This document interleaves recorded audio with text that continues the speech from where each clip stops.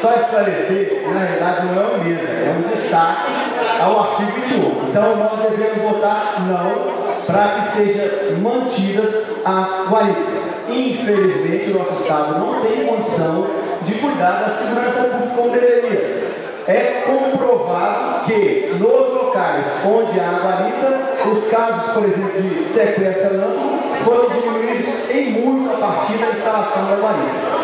Então nós também preocupados com essa questão, nós entramos com a emenda supressiva 113, que seria apreciada, mas em função de uma questão ambiental, havendo também a emenda supressiva 10, ela foi mixada, isso não é problema. O importante é que nós trabalhemos sim a favor do cidadão.